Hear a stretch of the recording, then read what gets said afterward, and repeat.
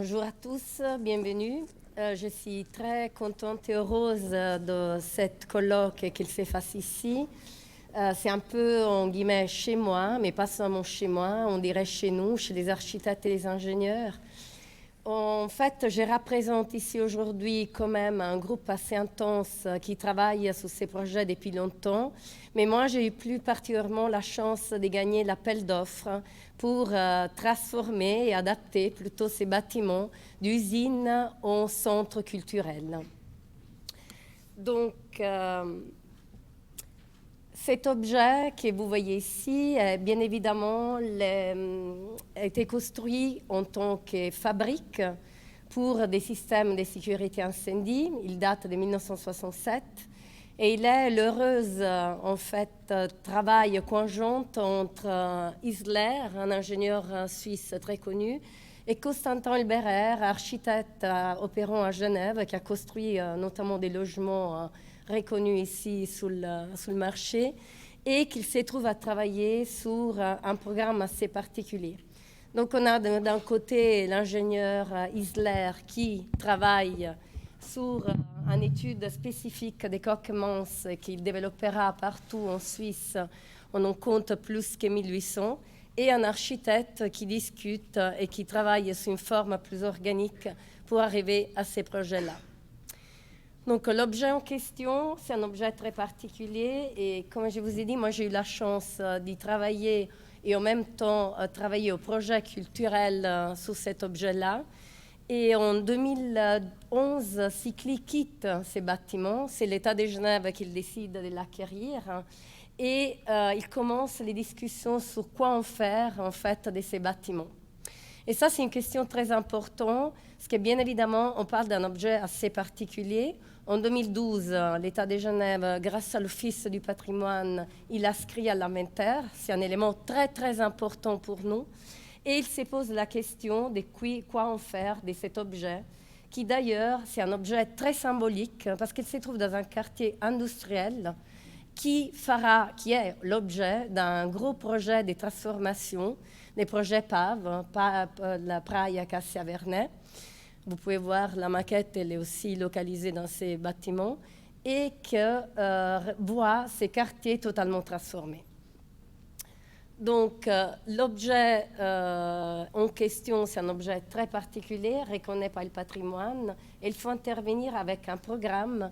Et au début, c'est le département de l'instruction publique avec l'ancien DCTI, aujourd'hui département du territoire, qui commence à développer un premier projet, mais elles se rendent vite compte que ce n'est pas évident de pouvoir transformer et adapter ces bâtiments selon les critères, disons, classiques et certaines normes, notamment des normes qui sont liées à la question des dépenses énergétiques et donc à des économies d'énergie. Donc voici un peu quelques images assez particulières parce que cet objet que vous voyez aujourd'hui comme ça, il était quand même un objet expérimental et un objet dans lequel ils sont crus les maîtres de l'ouvrage, bien évidemment accompagnés par l'architecte et l'ingénieur. Toutes ces images que je vous présente, c'est des images qui nous ont particulièrement intéressés. J'ai dit nous, d'un côté, moi comme architecte, bien évidemment, avec mon bureau, j'ai pu gagner l'appel d'offres pour les transformer, mais aussi en tant que représentant des associations qui se sont réunies autour de cet objet pour aussi travailler à quoi en faire de ces lieux. Ça, c'est une image qui montre aussi la taille et la dimension de cette place qu'aujourd'hui on appelle les Grands Dômes, dans lesquels vous pouvez voir aussi comment les voitures étaient introduites là-dedans et cet objet-là d'espace.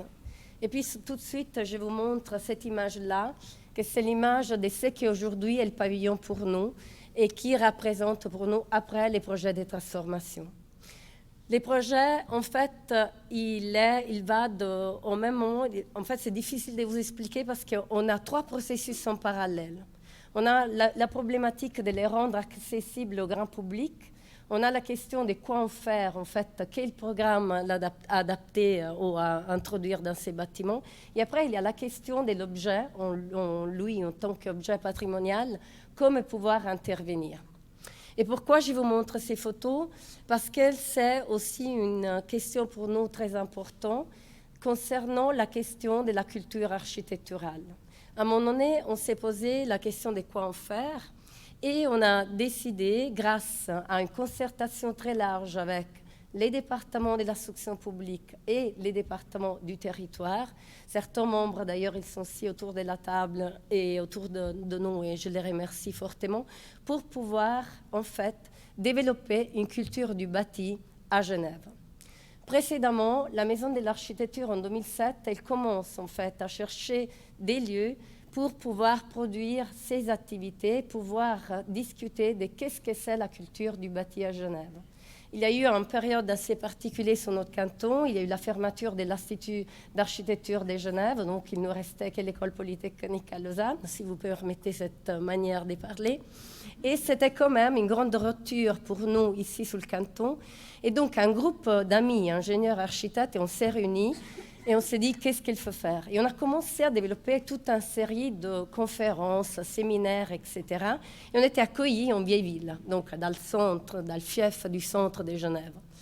Et puis petit à petit, quand cet objet il commence à attirer l'attention, il a été décidé, grâce à ces grands groupes de concertation, de pouvoir faire installer la Maison de l'Architecture et ses activités ici. Donc moi, aujourd'hui, je représente aussi tous les comités des bénévoles de la Maison de l'Architecture.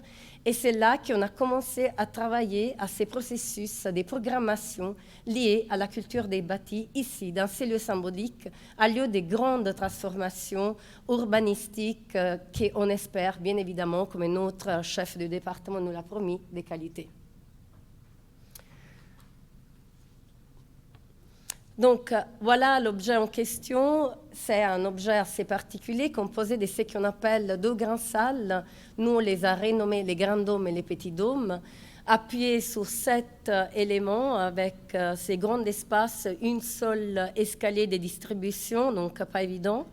Et l'idée de pouvoir les faire accéder au public, elle était bien évidemment déterminée par le fait de rendre ces lieux un espace de médiation culturelle, donc de pouvoir transmettre la culture du bâti, pas seulement entre nous, parce que ça c'est la question qui s'est posée très très vite, mais de les faire devenir une place publique et un échange pour tout le monde.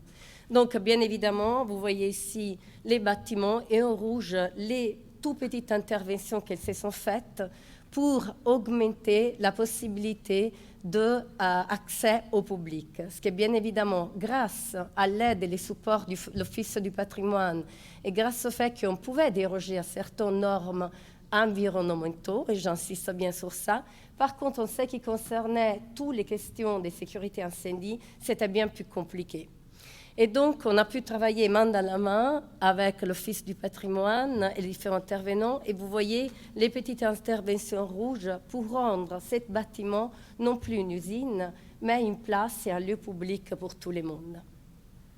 Finalement, avec les temps, on a pu aussi intervenir au sous-sol où aujourd'hui, il se trouve les centres d'archives et de recherche de l'EPIA, qui permet aussi une partie d'avoir ces rez-de-chaussée inférieurs. J'insiste bien, ce n'est pas un sous-sol, c'est un rez-de-chaussée inférieur accessible au public, qu'ils soient publics avisés, des rechercheurs, aussi tout public, pour pouvoir accéder à la documentation de la construction contemporaine et moderne ici à Genève. J'insiste sur la question du projet parce que tout était fait de manière en guillemets réversible, dans le sens que toutes les installations qui ont été posées, ils peuvent d'une certaine manière être supprimées parce qu'aucune des interventions intervient, disons, sur la structure ou sur les façades. Tout est posé et donc facilement réversible. Et on a travaillé exclusivement sur les accès pour augmenter la capacité de cet objet. Donc tout ça, il s'est fait main dans la main, comme je dis, avec l'Office du patrimoine, qui donne aussi les mandats au TSAM, un laboratoire spécifique guidé par le professeur Franz Graf, pour travailler sur l'importance et la valeur de cet objet-là. Et en même temps, comme vous voyez, l'objet, il est testé. Donc, on a eu la possibilité, avec les programmes de la Maison de l'Architecture, petit à petit, de faire des activités, des conférences, des échanges et bien évidemment de faire venir les publics selon ce qu'étaient les programmes qui se sont développés autour des thèmes très larges, que ce soit l'urbanisme, l'ingénierie, les paysages ou même les designs avec des objets très particuliers. Et là, je vous présente un peu quelques images de la nouvelle vision du pavillon, jusqu'à arriver en fait à cette grande exposition inaugurale de 2017, où finalement les projets pavillon Cycli en tant que projet culturel prend son envol, parce que finalement, on s'est réunis, les deux écoles, les deux HES présentes à Genève, l'EPIA et l'AIDE, avec la Maison d'Architecture, avec la Fédération des architectes et des ingénieurs et avec la Fédération des métiers du bâtiment autour de ces pavillons pour les faire devenir les grands centres de diffusion de la culture. Donc en passant vraiment de tout ce qui est construction jusqu'à l'éducation, les écoles, etc. Et pour nous, donc, on a décidé ensemble de donner mandat à une artiste genevoise qui s'intéressait particulièrement à cet objet, Carmen Perrin, pour pouvoir produire un objet d'art, qu'elle puisse parler aussi de cet objet en tant que recherche d'ingénierie.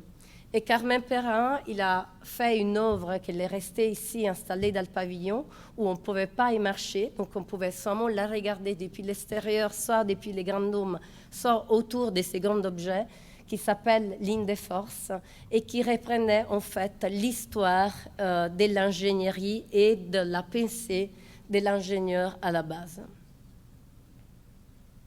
Je me permets aussi de vous présenter quelques images parce que bien évidemment nous pensons que la culture elle doit aussi être accompagnée par les fêtes.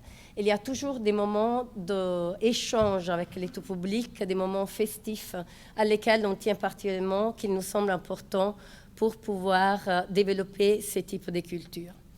Comme vous voyez, on a eu la chance donc, de pouvoir avoir énormément de publics, des jeunes plus jeunes, et surtout la chance de pouvoir inviter des gens qui viennent de tous les horizons du monde. On a commencé en fait avec des architectes plus spécifiquement et des ingénieurs, mais finalement après on a commencé à développer un autre type de recherche en invitant des psychiatres, des physiciens, des poètes, tout ce qui nous semblait pouvoir enrichir les débats sur la culture du bâti et sa qualité.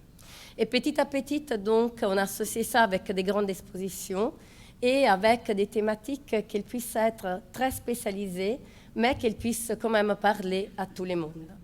On a aussi, par exemple, développé un grand projet avec un photographe pour pouvoir donner un regard différent de tous les nouveaux projets qui se font à Genève et sur le territoire et les regarder d'une manière un peu plus différente, un regard vraiment qui exprime aussi comme les choses elles peuvent se faire autrement, mais avec grande qualité, sans perdre la recherche fondamentale dans laquelle on s'en occupe. Donc, pour terminer, il me semble important d'insister sur la question de la collaboration avec les autres disciplines culturelles et aussi avec la question de pouvoir parler à tout le monde. On a lancé aussi un projet qui s'appelle le Chantier ouvert, qui est accompagné par des très jeunes architectes qui sortent de l'école et qui est en fait développé avec les départements de l'instruction publique pour pouvoir faire travailler les tout petites. On parle d'ateliers à partir des 4 ans sur la question de qu'est-ce que c'est la qualité de notre territoire et de notre environnement. On a développé aussi des projets de cinéma, un projet du cinéma ici, avec d'autres partenaires culturels avec qui on est allé chercher, que ce soit la Cinémathèque suisse, les Groutli et même des gens à Paris qui sont dans la recherche sur le cinéma. On travaille main dans la main avec les départements du territoire pour développer des échanges avec les tout publics, mais sur des questions vraiment de territoire aujourd'hui qui nous intéressent à Genève. Donc, quelques petits rappels. Et bien évidemment, on a travaillé avec d'autres partenaires aussi ailleurs, avec les villes de Zurich ou de Barcelone, pour avoir des échanges, notamment sur les questions du logement, un thème qui nous préoccupe, qui nous occupe plutôt particulièrement, et qu'aujourd'hui, c'est un des thèmes centraux qui font parler du développement de notre territoire. Donc, comme je vous ai dit, on continue les partenariats. On est allé exposer, ou on a eu des échanges avec les bandes des Paquis. Ça nous semblait important aussi de sortir de ces murs. Et les bandes des Paquis, pour nous, c'est un lieu, en disant, populaire, dans le sens large qu'on peut utiliser de ce terme. Et on a fait un calendrier de l'Avent, en fait, dans les cabines du Ban Berki. C'est un très joli projet, en fait, pour que les gens puissent découvrir la culture, mais d'une manière plus atypique. Et on travaille souvent avec Art Geneva tous les années. On a des activités. Et là, en particulier, vous venez un projet pour un collectif de jeunes architectes, parce que de notre côté aussi, on essaye de promouvoir toutes les jeunes générations qui sortent des écoles ou qui vont sortir des écoles pour pouvoir les lancer ou les défier sur ces thématiques de la culture du bâti. Après, on a aussi testé ces bâtiments avec la culture plus large. Vous voyez là une image du Festival de la Bâtie, autre festival très connu à Genève, avec lesquels on a travaillé main dans la main et depuis le début du projet sur les questions de comme l'architecture et l'ingénierie, ils peuvent aussi se développer ou parler à travers d'autres formes d'art, qu'elle soit la musique ou dans ces cas-là, c'était un spectacle de Trisha Brown qui a vu ici réuni une bonne partie du grand public de Genève. Et on a pu parler de l'architecture et de l'ingénierie à travers la danse. Et puis, à ne pas oublier aussi deux autres partenaires avec lesquels on travaille souvent main dans la main, la ville de Genève qui nous a toujours soutenus depuis le début de cette opération-là, et bien évidemment aussi l'école polytechnique et l'équipe Archizoom ou les professeurs là-bas qui souvent, quand même, ils quittent leur fief de l'EPFL pour venir chez nous et on les accueille volontiers. Voilà, merci beaucoup de votre attention.